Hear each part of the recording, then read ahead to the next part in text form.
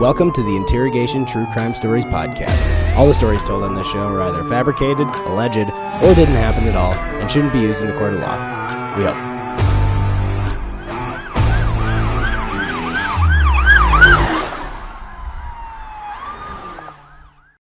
Cool. Well, welcome to the Interrogation True Crime Stories podcast. I am your host, Corey David. Today we have a special guest with us. It's Ellory Smith in Los Angeles. How are you doing?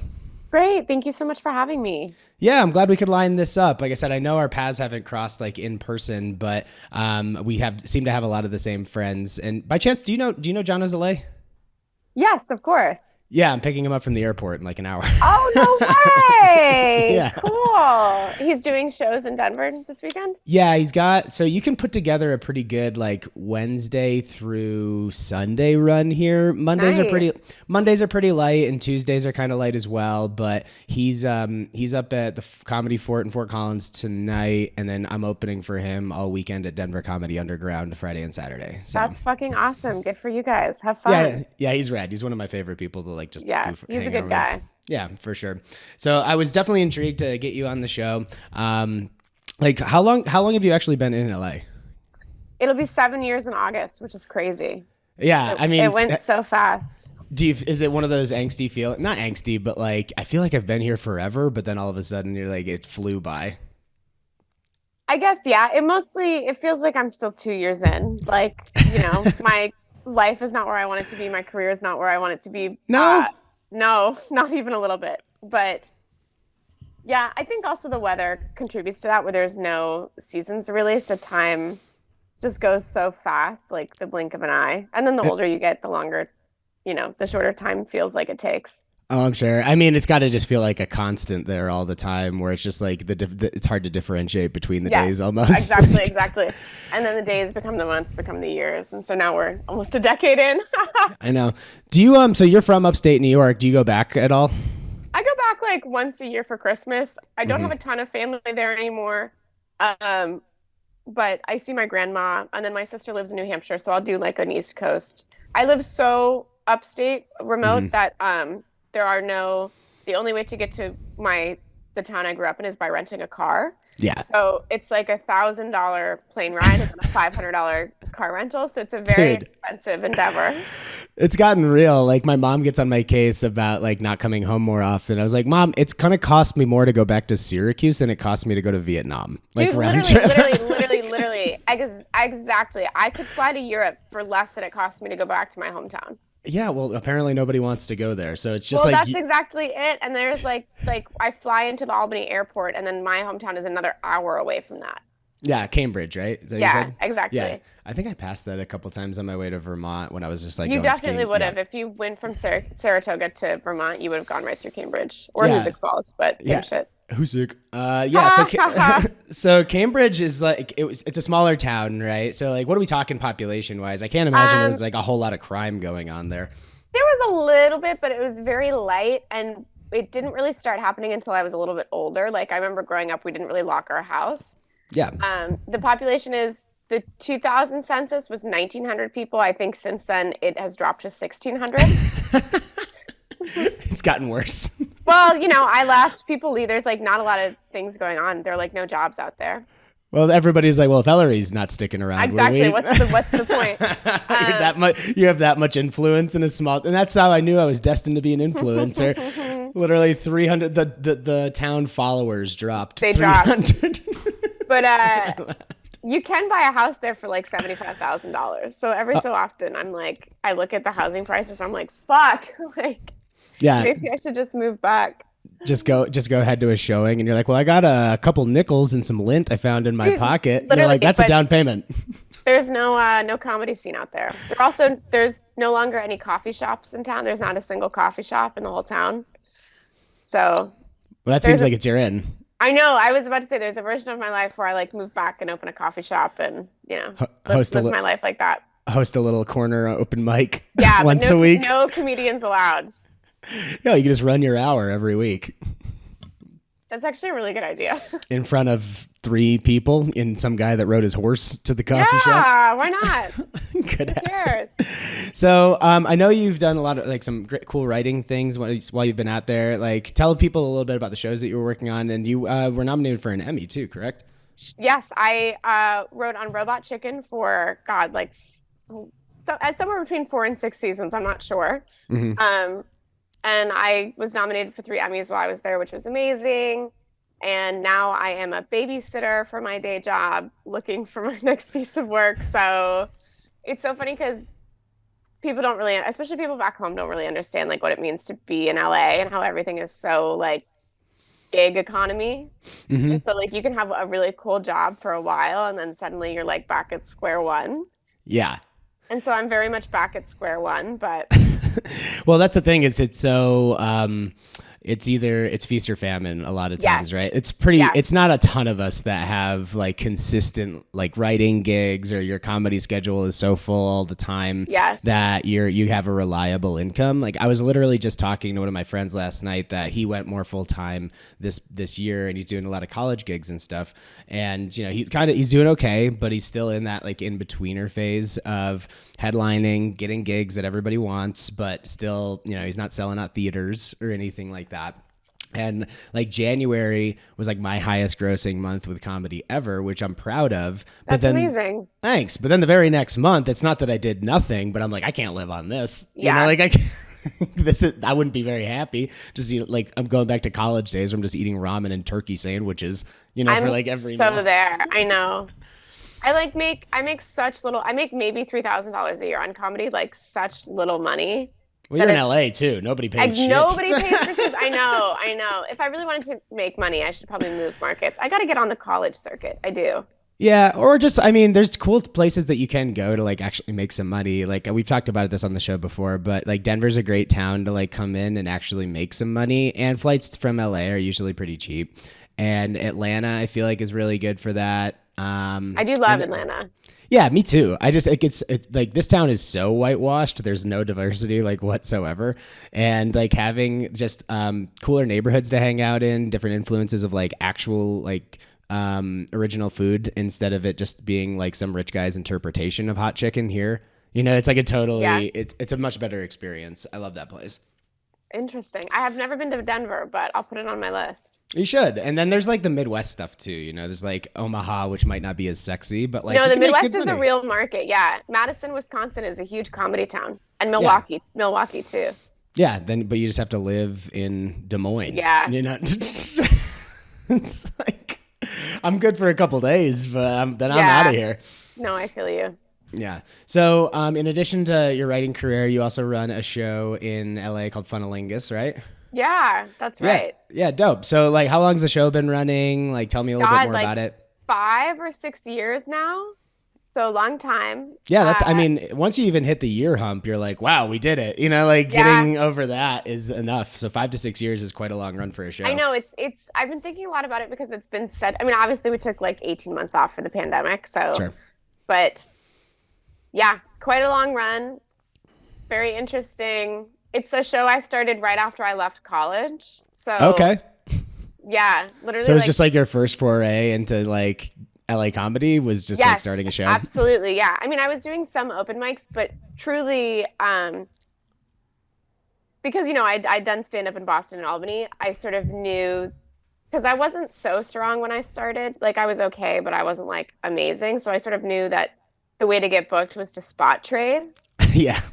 And so starting a show, and I still tell this to younger comics, like starting a show is a really great way to ingratiate yourself to comedians who you might not be able to talk to otherwise. Sure. To like reach out to big names, At least just ask the question, right? Like, hey, do you want to do the show? And everybody wants to do time. Yeah, everybody wants time, and also it's just like it's a good way to at least just do an introduction, be like, hey, yes. I've got a cool show. If you want to jump on it, if not, don't worry about it. And then when you see them out, it's just like, hey, thanks for getting back to me. Exactly. Appreciate it. Yeah. And then if they come and you have a really good show, then they're like, oh wow, that was fun. And yeah, exactly. So I think it.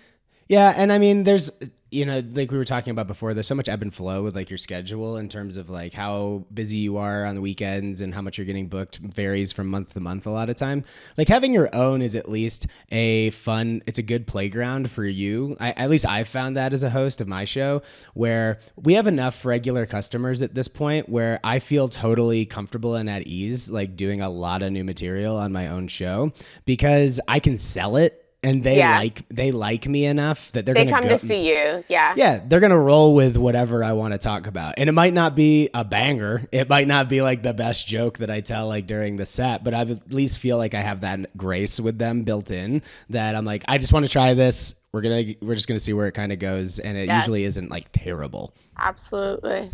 Yeah, because I used to, when I first started hosting a lot, like with just like produced shows here in Denver, I always felt like this pressure to kill. Got to get the crowd hot. Got to get everybody like going. And I think I just shifted my attitude a little bit more where he started thinking about how like they just want a happy fit, like make them happy, just make them happy, make them feel good, get some laughs and then be kind of a goofball up there. So that way you can kind of transition everybody else into like whatever each comedian wants to get into. Like you don't have to like light the room on fire when you go up there. So I think having that shift just makes like the job a little bit more fun for me because there's less pressure on like, I've got to destroy, when I'm up there. It's like, no, you just like be silly. I like to be silly when I'm on stage. I move around a lot. I make a lot of expressions. Cause I was working with somebody recently that like we were doing like a whole weekend together and they like didn't do any of the song and dancey like host stuff up top. They just like went right into material. And I'm not saying you got to be a hack about it, but like you should warm people up. Yeah. Hi, I'm so-and-so. Yeah. Thank you so much for coming. I agree. It's a chance it's so hard to find, especially if you're in a big market like LA, like you get 5 minutes at a time, 10 minutes at a time. Hosting is the time where you can start working on crowd work. Yeah. And it's like you never get to do that. So it's the perfect time to start and practice. And then it's also healthy for the room. Mm-hmm. I agree. I think that's a good way to go about it. All right, let's get into some dumb crimes that I found on the internet this week. So I'll basically read the headline and then give me your first impression, and then we'll dig into the article. I love that. Okay. Yeah, okay. So this is more of an assault charge. So flying dildo hits member of a stag party in the forehead and draws blood. Any first impressions? Okay, so it's obviously a bachelor party. Yeah. Or a bachelorette party. Probably a bachelor party. It's foreign, so they call it stag. Yeah, right. I never really know the difference. I think hen party is for girls and stag party is for boys. Fair. Which makes me think, why are there, well, I don't know. But I understand. I understand the context. I am sort of like, leave it to a group of boys to start throwing dildos at each other hard enough to draw blood. Yeah. Well, if you leave any kind of hard object around long enough, and there's a lot of them, and everybody's drinking, they will start using it to fight. No, absolutely. Dude, when we were in college, we had one of our friends. We lived in a house with like 6 guys, and we would throw a good number of parties. And one of our friends got drunk one night and ordered an entire sword set on like QVC, and they showed up like the day we were having a party. So there's a bunch of us like just playing with swords in the basement of this house party. Is awesome. Until we had one little close call, and I think I had to be the voice of reason, which wasn't typical. And I'm just like, I don't think this is a good idea. Everybody. That is awesome. Would have been more fun if it was dildos. At least safer. That's awesome. Just get one of those big ones that you can use. Like I'm curious if that's what it was. One of the big ones that are whipping around. But then like the torque. Also, here's the other thing about drawing blood. Dildos are so soft. Mm-hmm. That it must have been going really fast. Yeah. Oh yeah. Okay. Let's dive into a few more details. Like, are you familiar with like internationally where they have like pop shows and stuff? Is that like the thing where people shoot stuff out of their vaginas? That is absolutely correct. So she I'm so good. She was shooting. Yeah, you're cultured. She was shooting dildos out of her vagina, like across the room. But that is so fast and like strong. That's a lot of that's a lot of force. Yeah, that's insane. He said the pink projectile was flying an impressive 7 meters across the room and looping, so arcing about 2 meters high. Like that's whoa.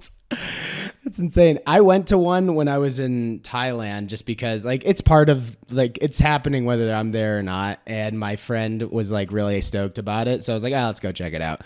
And it's wild to see. I didn't even know that was humanly possible, but they were like, the woman was like shooting a dart out of her pussy and like hitting a fucking balloon like across the room. Oh. It was wild. She smoked a cigarette through her snatch. It was insane. Like that one I could do. That one I feel like you think so? Yeah, I feel like that's not that hard. But the other Wait a minute. Have you like actually tried to do something? Have you like sucked in? No, never. Before? But well, here's the thing: is it's a vacuum. Okay. So it's like, you know how like what is the word for a vagina fart? Queef. A queef. Yeah, queefs happen because it's sucking air in and then putting air out. So I didn't know that. That being possible. Yeah. I didn't know that was the science behind it. Yeah, that's the science behind it. And then like as you're fucking it makes that sound. It's the suction. It is the suction, yeah. So I can see, but I don't know how to being able to reverse it so it's a push. Right. So you can't like queef on. I mean, I'm sure some people can, but like you can't like queef on. I cannot, but I bet I could learn. Yeah, I was gonna say it's just a trick of the trade. Just go on. Yeah. They have to have like if they have like pole dancing classes, they have to have like queef seminars. They might. They definitely have like oh my gosh, it's so early that I'm totally blanking. Sorry, I didn't mean to hit you with that. I didn't mean to hit you with a dildo in the face as soon as you woke up. They have pelvic floor classes. Okay. To strengthen your pelvic floor. So that's basically queef class. What's the benefit of strengthening your pelvic floor? Better orgasms, more control. Oh. Yeah. Okay. All right. Fair. See, this is more of a science. This one's more of a science episode than this is a science podcast. I'm pretty well informed. Yeah. So the article also specifies that they had asked the man that was hit to describe the object because it had been taken away and they wanted to talk about it for evidence. And he said, I don't have a massive experience with dildos. Did he call the police? I think, yeah, the police were called. What a fucking snitch. What a loser, right? If you're in the splash zone, I feel like you should anticipate something like that. Yeah, except the whole whale jumped out of the tank. I feel like whatever. Yeah, I feel like if you're in that environment anyway, why? Like, there's enough reasons to get the police involved at a regular party from a bunch of losers. You know, like the calls coming from inside the house. It's so rare that something actually happens where I'm like, okay, you can call the police. Right. And this especially, I'm like, you're a loser if you call the police over this. He had to have been the person that nobody actually wanted to invite. Yeah. You get hit in the face with one dildo and the whole party's over. Exactly. Now everybody's held up. They can't go to the next bar. Yeah, exactly. Yeah, that's like the night's ruined because you wanted to get or at least the cops on serious involved. Pause. Exactly. Yeah, for sure. All right, next article. Couple arrested after child brought meth to school. I feel like that one's pretty self-explanatory. You think so, but I'm just like, was it an Adderall prescription? Was it actual meth? No, my guess is it was actual meth, right? Otherwise it would say like amphetamine or stimulant. Also, nobody can get Adderall right now. Yeah, so that's why the kid had meth. They were like, well, it's like the opioid crisis. It's a replacement. Yeah, it's like a methadone. It was like the opioid crisis, right? Yeah. Where they were like, well, you know, heroin, the pills got too expensive. Oxycontin, so you have to do heroin. Yeah, exactly. It's just like, listen, we just want Tommy to succeed, okay? So we're going to give him 1.5 ounces of meth so that he can, because we know there's an Adderall shortage, so that way the kids can thrive. Interesting. Also, it's something I think is very funny about a lot of people who are very high and mighty about having never done meth, and then they don't realize that a lot of Molly is meth. Oh, God. I say that all the time. I'm like, if you've done Molly more than 3 times, yes, you have done meth. Exactly. You've also done meth. And you can tell when it's happening, too. You're like, this feels way more racy than like normal. The first time I did Molly in high school, it was very much cut with meth. And it was such... And it's crazy that I did Molly again after that. And I was like, okay, this time is way better. But, yeah. Yeah. Oh, I'm willing to give something a shot more than a handful of times. You're like, well, sure. maybe the first 4. Yeah, exactly. Weren't that great? Yeah, I remember the first time I ever bought Molly was at a music festival in New York, like maybe 10 years ago or something. And we got sold like not a bad bag of Molly. It just wasn't drugs. Like we didn't even really know what it looked like. So we tried it. That's so funny. It's like glitter. Yeah, something like that. we didn't have any experience, so we tried it and didn't work, right? And then we wound up buying a different bag from somebody else, and then that didn't work. So then the next day we just bought a bunch of booze in like the fifth handles or whatever that like they are, or the bottles, and we just stuffed those in our pants. We're like, we know this is a sure thing. Classic. So let's just absolutely. Just roll with that. Yeah. Were you, did you ever, like in college and stuff, were you, because I think we're about the same age. Were you there like when Adderall was kind of like kicking off and everybody was just doing it recreationally? Kind of. I'm 28. It was pretty common to do recreationally. Yeah. Yeah. I mean, I just remember during finals week, like everybody would just be walking around with like blue stains under their nose. Yeah. It was pink for us. Oh, good. Yeah. Yeah, we had pink Adderall. See, I liked the blue raspberry. Like, that's funny. It was like kind of like a going out drug too. Oh, for sure. It was Diet Coke. It was, yes, literally, exactly. Especially because like my friends did not very much fuck with Coke at all. Which I think is we were too poor for that potentially, but one of us had a boyfriend who had an Adderall prescription. Easy. Yeah, $20 a pill. Oh, damn, that's a lot. Yeah, back in the day. I mean, not for me, but that's what I was selling. Yeah, exactly. You got to make a profit. Yeah. Cool. All right, well, that's going to do it for our dumb crimes of the week. Now, I always preface this part of the show with, all the stories on here are embellished slightly, so they can't be used in the court of law. I don't know if that's actually true, but I just like to put that disclaimer. That's your disclaimer? Yeah, I'm not a lawyer. I don't know much about the law. But oh my God, this is so going to be used. Somebody's going to say something crazy on this podcast and you're going to get deposed. We get some, like for the live show, we get some pretty bad like text messages occasionally because we have people text in their own crimes during the show. Whoa. Most of them are not bad. We had like one that was like a guy that like worked for the FBI. His wife. We haven't had that yet. So, I mean, at least people have been polite enough not to make me read that on stage. We had one where like somebody worked for the FBI and they like hacked into a system they weren't supposed to and they got caught for that. We had somebody that got arrested for terrorism because they were pulling like a Jackass style stunt like shortly after 9/11. So they were like everybody was just locking down like really hard on any like super suspicious like. Because I think they were like pretending like they kidnapped their friend and like put him in a trunk, and like the DA just like hit him like with everything. It was like very close, like after 9/11 or something. Did he go to jail? I think he did go to jail for like a little bit. Like I think most of the heavy charges got dropped, but he still got like pinged for like a couple small things or whatever. That's but so stupid. Isn't that dumb? Yeah. What a stupid use of our tax dollars. Yeah, well, it's just somebody just needs to lay down the law so that way everybody stays in line and doesn't have fun. I think a little terrorism is okay.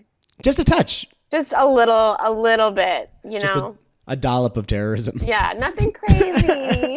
It's like salt in a dish. If you use too much. Yeah, I think it's healthy for the balance of the country, Yeah. All right, so what story did you have for us today? So I live in Los Angeles, obviously. I've lived in my apartment for like almost 4 years now. It's gorgeous. I love her. But I had this really weird neighbor who lived across the street for a while. Just very strange, really kept to himself. Sometimes he would fight with his girlfriend. And one day I was smoking on my porch and I saw him smoking on his porch. And he didn't put his cigarette out, went inside and then left the house. And so I finished smoking, I go inside, and like maybe 10 or 15 minutes later, I look out my window and I see that his apartment is on fire. Yep, that'll happen when you just leave lit cigarettes. So his apartment like was engulfed in flames. Jesus. Yes, it went up. So it was genuinely probably the biggest fire I've ever seen in my life. Whoa. Went up so quickly. The girlfriend was still inside. What? So how do you even react to that? Have you ever been in a situation like that before where you had to like somebody else already called the fire department. The fire department was, they were there in like 5 minutes. It was amazing. I was like, okay, you boys do a good job. Okay. Yeah. Those are the tax dollars that I was like happy to use. Exactly. Exactly. They were there so quickly. They put it out so fast. Yeah. Were you high? So you were high at the time, or yes, I was high at the time. That has to be so trippy. You're just like, I'm just here to relax and unwind. Exactly. And I also didn't like trust that I was seeing what I thought I was seeing. Yeah. You know what I mean? I was like, what is that? You're like, this shit's strong. Like, yes, exactly. I was like, they have a crazy light over there. Like, this is really. I forgot my lighter. Where? Oh, good. Yeah, I can relight my joint. It was like, it was crazy. It was such a big fire. And so the fire department comes, they put it out. The place is ruined. Like, of course. You can see like through, like the outside wall was now no longer there, so you could see through to the apartment. Crazy. Nice apartment. I was gonna say you finally got a sneak peek. You're like, that would have done the curtains differently. Wasn't great. It was empty for a year, and they just redid it, and some other girl moved in, and now it looks really nice. But okay. Yeah, crazy. And then so that happens. He goes back to sort of living there a little bit. I never see the girlfriend again. And then he is like walking home one day, or maybe he's leaving. I can't remember, but he's coming from the apartment, and he's on the sidewalk just outside the front door, and a huge like Escalade, like police Escalade, pulls up beside him. They get out of the car, they pick him up, they put him inside. Wow. And they drive away. Very Gestapo, just kind of like. I think maybe he was a drug dealer or something. I don't know, but I have never seen an arrest like that. No sirens, nothing. Whoa, yeah, just somebody gets a bag over their head and just throw it into their car. Almost basically like two guys one on each side pick him up. Whoa. And like put him in the car. And also, I could totally understand why the girlfriend wasn't around anymore. I think if you almost burn her like a witch in your apartment, like that's a deal breaker. That has to be a deal breaker. Yeah, you're like, you almost burned me alive. They're like, yeah, but I cook for you sometimes. And I doubt he did. He did not seem like that guy. Didn't seem like a helpful dude. No, not at all. So what happened? Did you have any idea what happened to him after? I never ever saw him again. What? I know. Isn't that crazy? He could be in Guantanamo Bay right now. Sure. You're just living next to it. We don't even really know what he did. He could be a terrorist. We have no idea what he did. The apartment was empty for a year. They like redid it. But yeah, I never saw or heard from him again. Damn. So like, have you noticed like anything like, I mean, your neighbors now, everybody like pretty chill. Like, did anybody else have any suspicions? I don't know how close you are with your neighbors. I probably should have talked to more of them about it. There was a little bit of turnover at the time. I don't know. I think there may be one or two neighbors here now that would have been there for that fire. But in general, it's a very safe neighborhood. We had this is another small crime that happened in my neighborhood. Sure. Actually in front of the same house on the same side of the street, in the middle of the day, there was an older woman walking, and somebody came up behind her and hit her with a glass bottle and ran away. Jesus, like a bar fight? Yeah, honestly, kind of. You didn't need the bottle, dude. It's an old lady. Crazy. Didn't take her purse or anything. Didn't steal from her. What? I know. People are so fucked. People are so weird, so wild. But my neighbors were very good. They went out to the street. We all talked to her, checked in, had her sit down. We called the EMTs. They were there in like 5 minutes. They, checked her out, got her good to go. We called the police. The police took an hour to get there. I live a half mile away from a police precinct, by the way. Should have called the fire department. Exactly. Exactly. Watching those two departments, like, in contrast to each other, I was like, it's so clear. But anyway, so we called the police. They took an hour to get there. They finally get there. They say that, first of all, there's nothing they can do. They won't take a report, and then they also won't give her a ride home. What? Yeah. So one of my neighbors had to drive her home. Like, what are you good for? If you're not even going to, like, help in any capacity, what's good for nothing? I was like, each of you make $200,000 a year. Like, I think you can figure something here out. Yeah, at least drag the old lady someplace. You don't even got to put her in your car. Give her a ride. Like, come on. Put her over your shoulder. Put her on a park bench. They're like, no, that's going to be a liability. We can't do they were that. like, for some reason, they couldn't put her in the police car. I don't remember, but they're like, we can tase her. You want us to tase her? We like that. That's fun. They can shoot somebody, but they can't. They're no. not at home. It's like, well, do you think we should shoot her? Like, no. Because we can shoot her right now if you want. Yeah, that's exactly what it was like.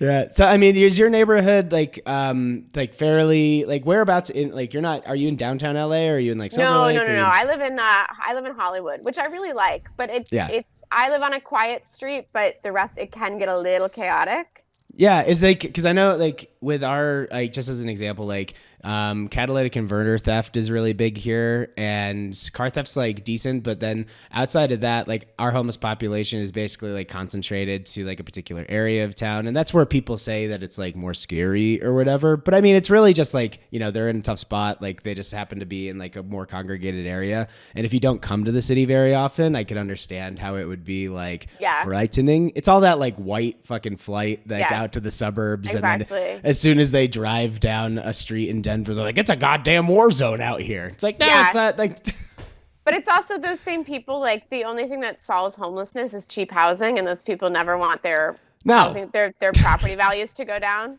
So it's like, we could have enough for everybody, but your specific Zillow listing will take a hit, and you're not okay with that.